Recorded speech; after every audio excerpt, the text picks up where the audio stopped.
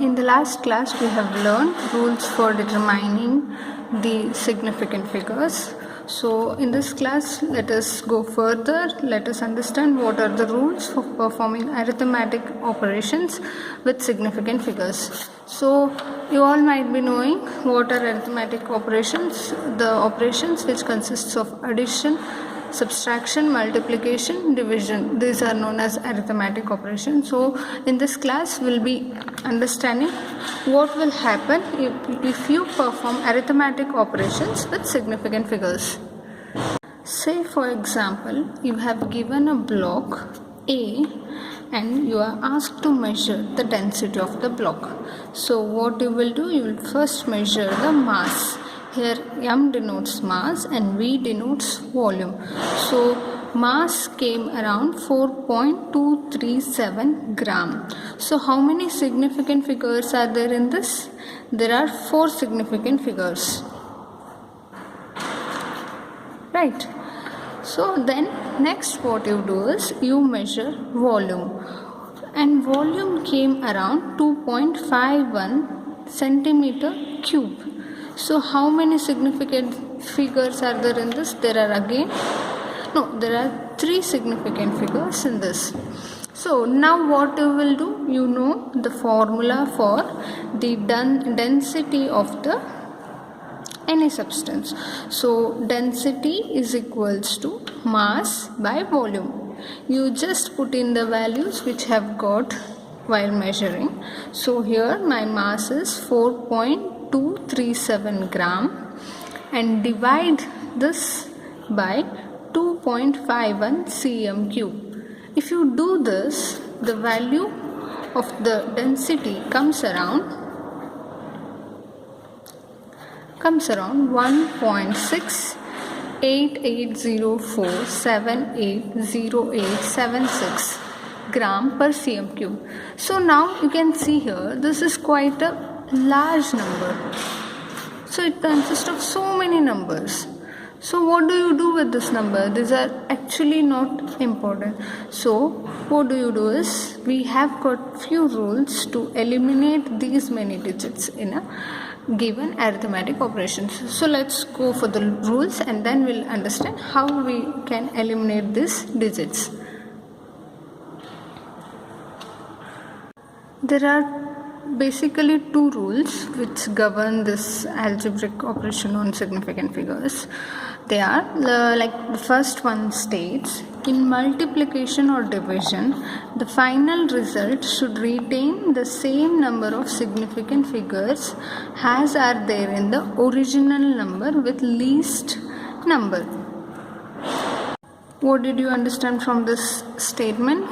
You understood that the final result which you get after doing the arithmetic operation should contain the same number of significant figures as there in the original number which has got the least significant figures.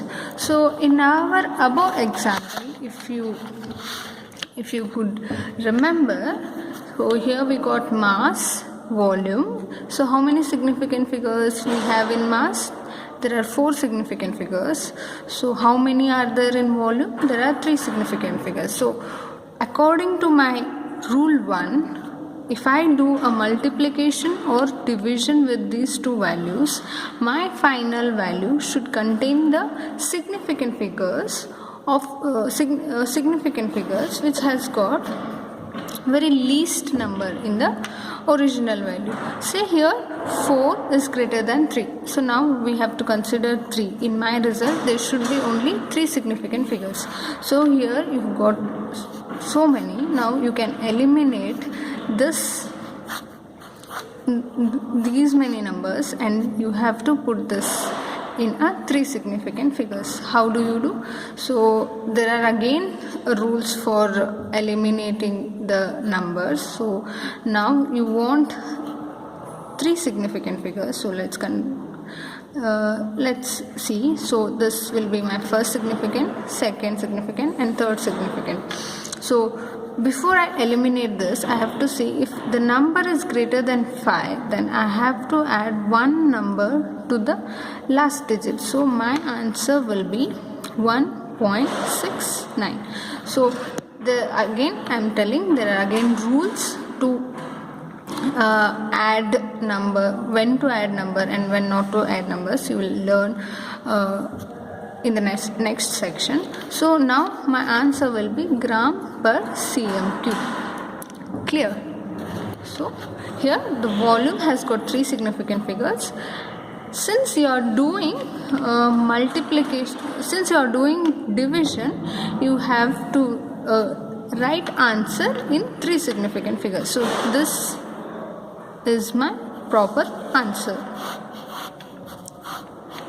I hope this is clear to you all. So the second rule for the arithmetic operation states that in addition or subtraction, the final result should retain as many decimal places as are there in the number with the least decimal places. So what he is telling is, if you have given few values, then the final result should have the decimal places as there are in a number with the least decimal places. So here he has given few examples. So here he has measured the mass of 3 blocks. Consider like A, B, C.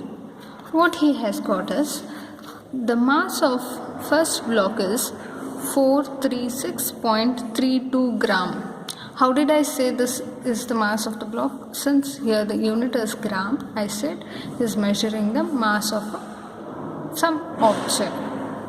By seeing this unit, you will understand what is the physical quantity. If this would have been like meters per second, so then what this would have been? This would have been the velocity of the object.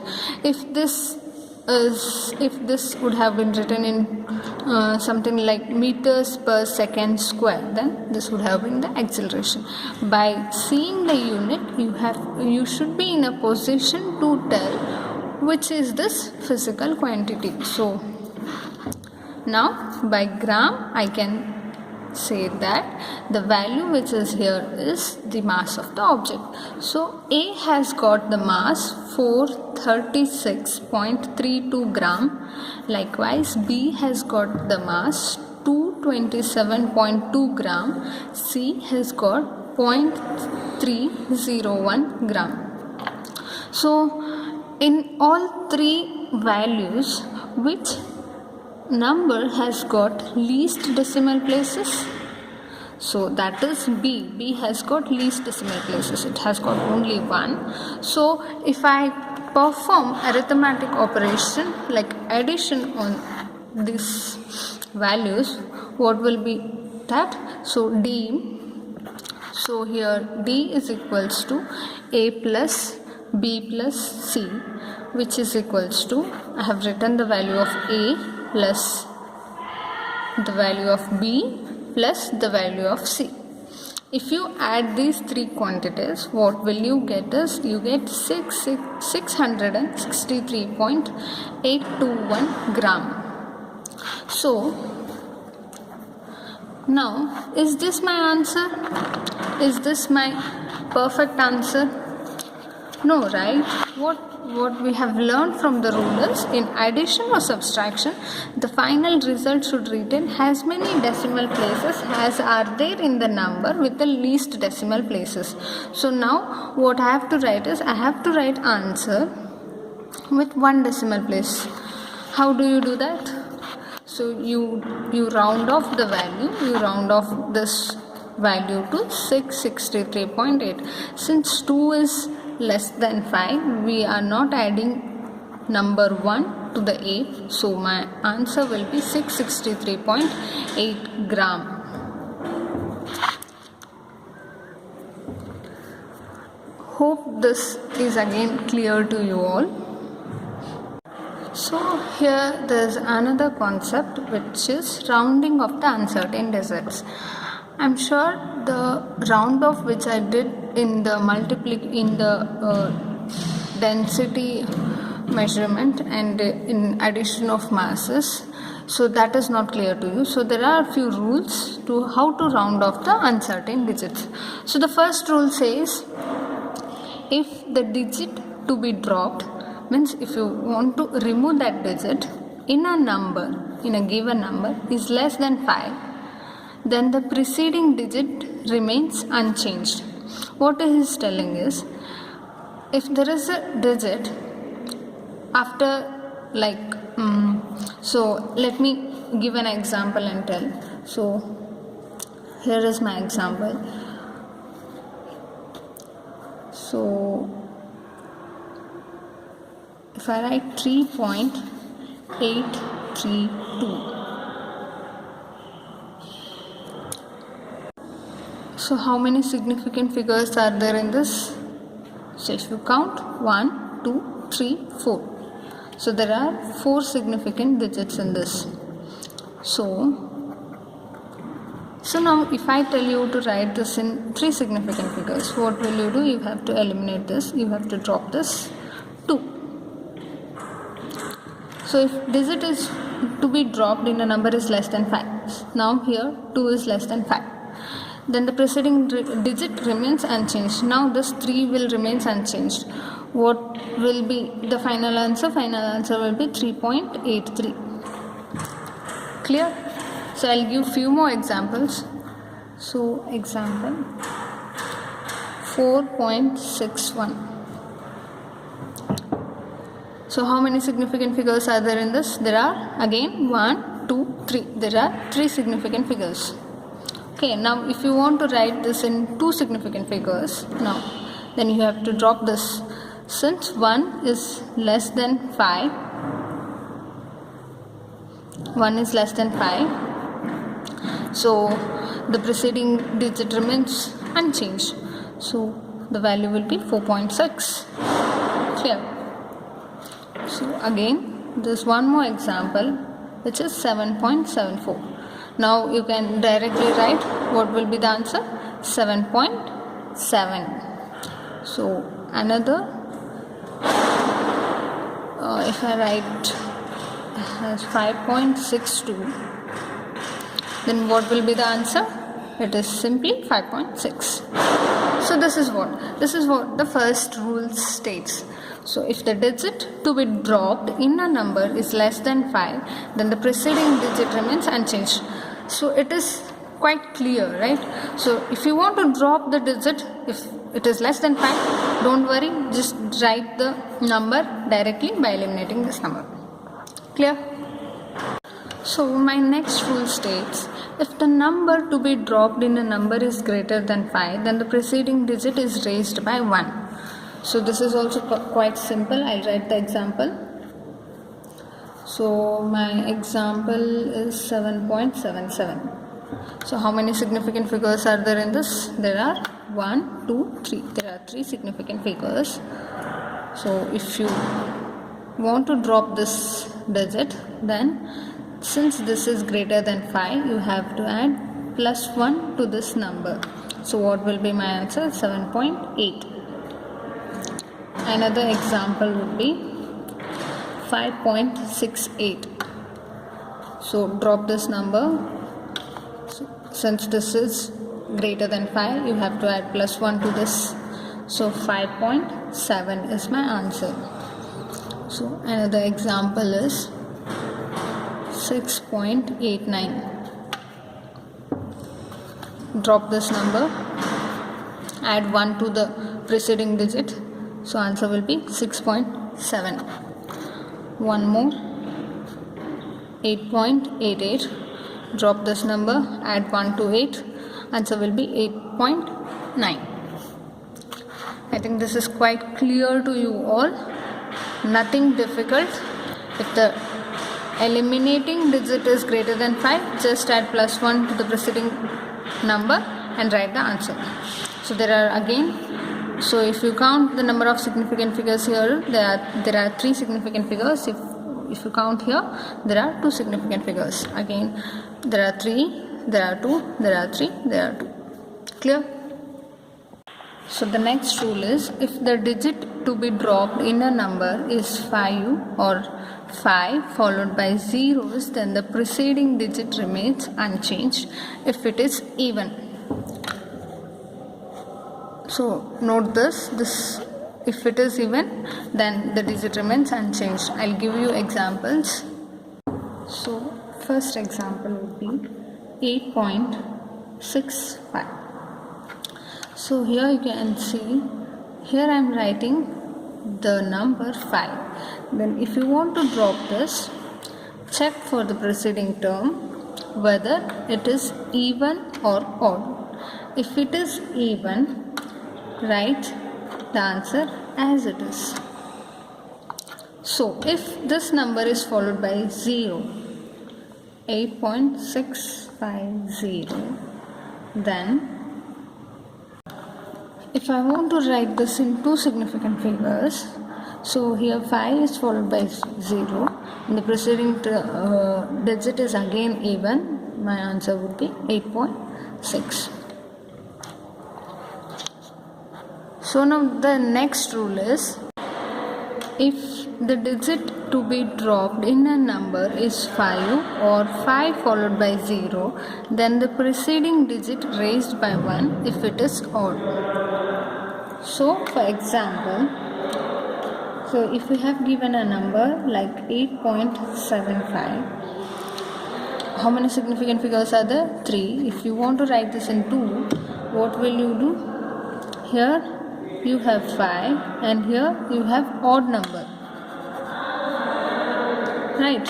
Preceding digit is odd, then you have to add plus 1 to this, so this would be 8.8.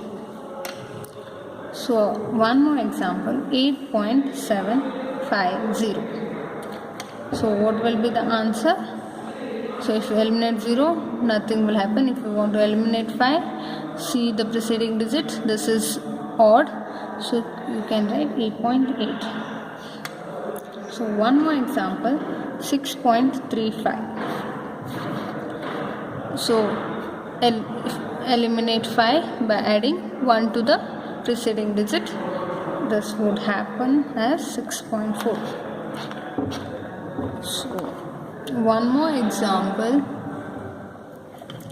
6.45. Eliminate this digit and what will you do? What will happen? Here the number is even, then what will you do? You will just write it as 6.4.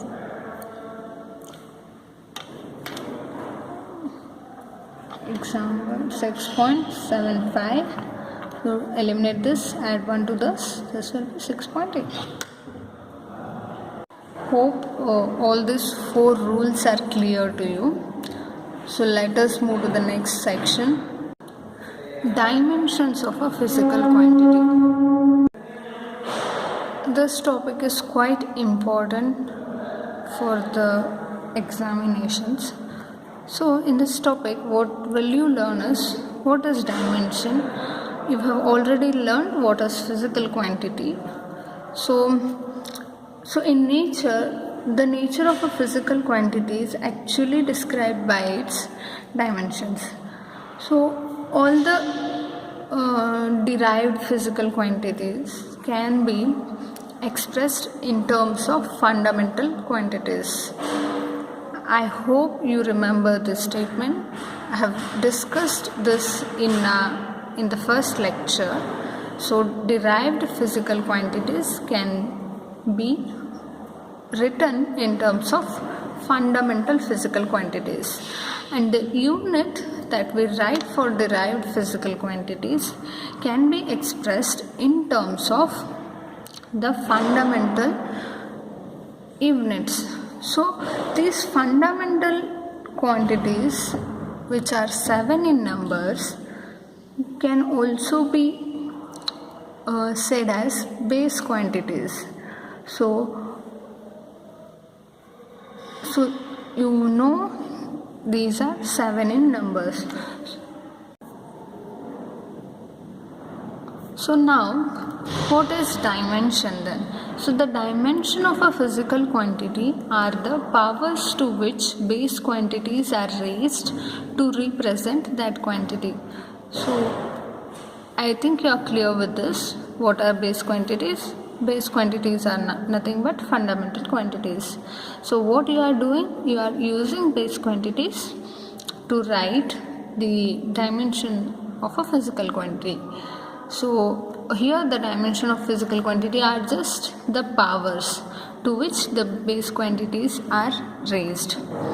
So as I already said, there are 7 dimensions of physical words. So there are actually 7 fundamental physical quantities that we use here.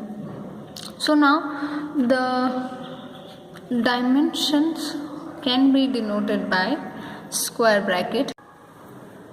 So now here, for example, if you want to write the dimension for length, how do you write? For the dimension of length, you write capital L enclosed by the square bracket. No other brackets are used, not flower bracket, not round bracket. You are supposed to use square bracket. So for length, it is capital L enclosed by square bracket, and for mass, it is capital M with square bracket, and for time, capital T enclosed by square bracket. So in mechanics, all the physical quantities can be written in terms of the dimensions L, M, T. For example, volume occupied by object. So there is an object. So for example, again A. So now if you are asked to measure the volume of the object, what you will do? You will measure one side of the block L, then you will take L cube, L into L into L. So if you want to write this in terms of dimension, what will be the dimension? Here it is L cube. You can write this as, since here you are using length, you have to write the capital L with the power 3. You can also write this as L cube. This is just a power which is raised to the base quantity L. So the dimension of a volume occupied by the object is L cube. So now volume has got no mass. So here there is no value for mass. So M will be 0 dimension, and there is no time. So time is again 0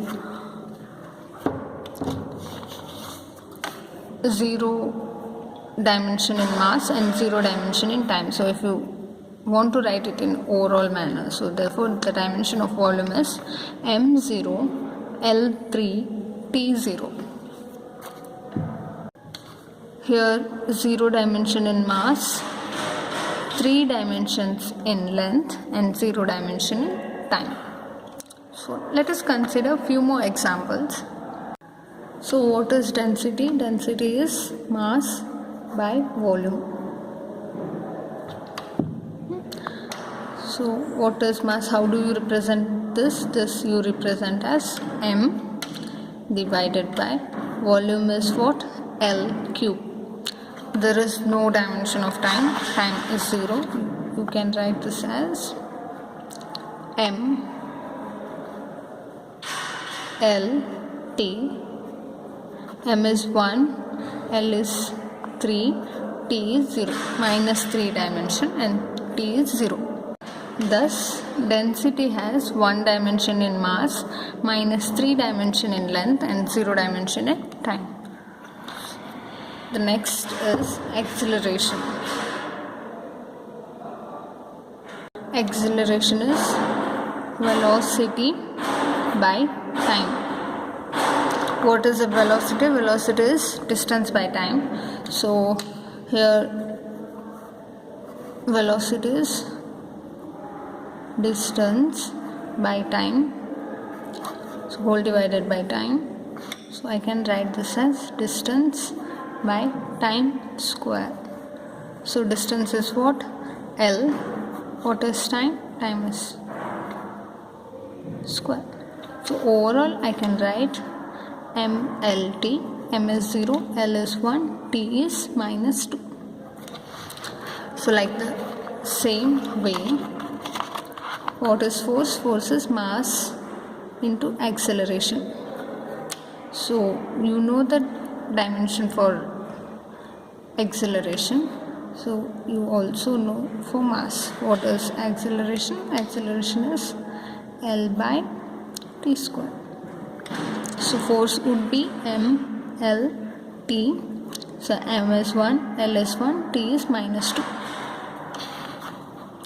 Next is area. What is area? Area is L into L. So here this would be L square. So next is pressure. Pressure is force per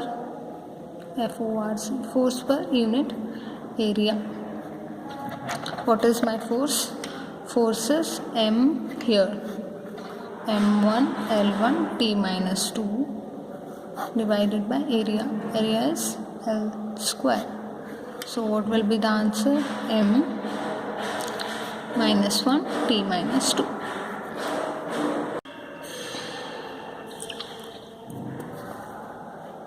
Hope this is clear to you. I think this how to write the dimension is clear to you. So now here what you are seeing MLT, these are known as base quantities. One more thing to consider here is, so when you are writing the dimension, you will not worry about the magnitudes. What you worry about is just the physical quantities. Say for example, here you have got change in velocity, initial velocity, average velocity, final velocity, speed. All these quantities has got the same meaning. Like what is velocity? Change in displacement by time. So initial velocity will also be the same, change in displacement by time, displacement by time, displacement by time. Here this is distance by time. So all these quantities will have same dimensions. So now let us understand what are dimensional formula and dimensional equation. So what is dimension formula? It is the expression which shows that which of the fundamental quantities and with what power enter into the derived unit of a physical quantity is known as the dimensional formula. Yes, here if you write the dimension for A, area. So area is L into L square. So this will come as L square. So there is no dimension for mass, 0 dimension in mass and 0 dimension is time. So this is the dimensional formula. This is just an expression which shows that the fundamental quantities and with what power enter into the derived unit of a physical quantity. So like for example, if you want to write for momentum, momentum is what? Mass is m into velocity is what? Meters per second, meter radial per second, t minus 1. So mlt minus 1. So this is 1, this is 1, this is minus 1. So for impulse, what was the dimension that we wrote for force? I think this is not visible.